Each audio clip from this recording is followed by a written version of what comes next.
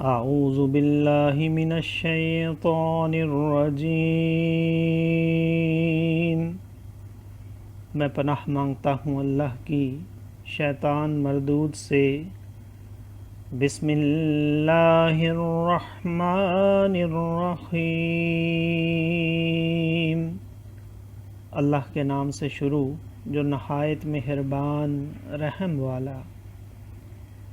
اذ انتم بالعدوۃ الدنیا وهم بالعدوۃ القصوى والركب اسفل منكم ولو تواعدتم لاختلفتم في الميعاد ولكن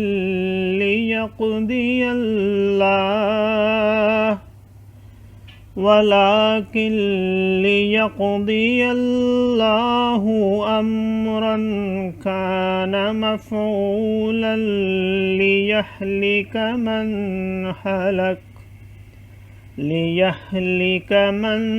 هلك عن بينة ويحيى من حي عن بينة وَإِنَّ اللَّهَ لَسَمِيعٌ عَلِيمٌ إِذْ يُرِيكَهُمُ اللَّهُ فِي مَنَامِكَ قَلِيلًا وَلَوْ أَرَاكَهُمْ كَثِيرًا لَفَشِلْتُمْ وَلَتَنَازَعْتُمْ في الأمر ولكن الله سلم إنه عليم بذات الصدور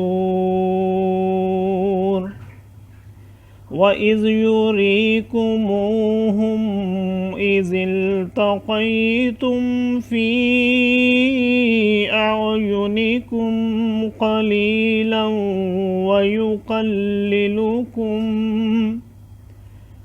وَيُقَلِّلُكُمْ فِي أَعْيُنِهِمْ لِيَقْضِيَ اللَّهُ أَمْرًا كَانَ مَفْعُولًا وَإِلَى اللَّهِ تُرْجَعُ الْأُمُورُ۔ صدق اللہ العظیم۔ جب تم نالے کے اس کنارے تھے اور کافر پرلے کنارے، اور قافلہ تم سے یعنی ترائی نچلی جانب میں،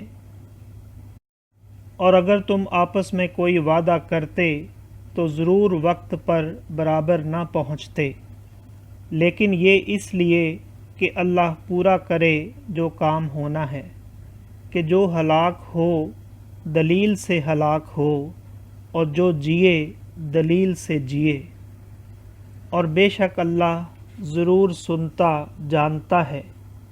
جبکہ اے محبوب صلی اللہ تعالیٰ علیہ وآلہ وسلم، اللہ تمہیں کافروں کو تمہاری خواب میں تھوڑا دکھاتا تھا، اور اے مسلمانوں اگر وہ تمہیں بہت کر کے دکھاتا تو ضرور تم بزدلی کرتے اور معاملہ میں جھگڑا ڈالتے، مگر اللہ نے بچا لیا، بے شک وہ دلوں کی بات جانتا ہے۔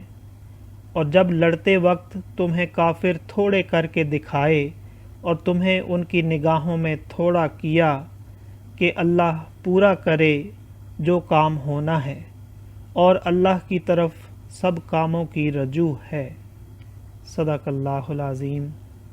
معزز سامعین اور حاضرین، آج ہم نے سورہ انفال کی آیت نمبر 42 سے آیت نمبر 44 تک کی تلاوت کی اور ترجمہ پیش کیا۔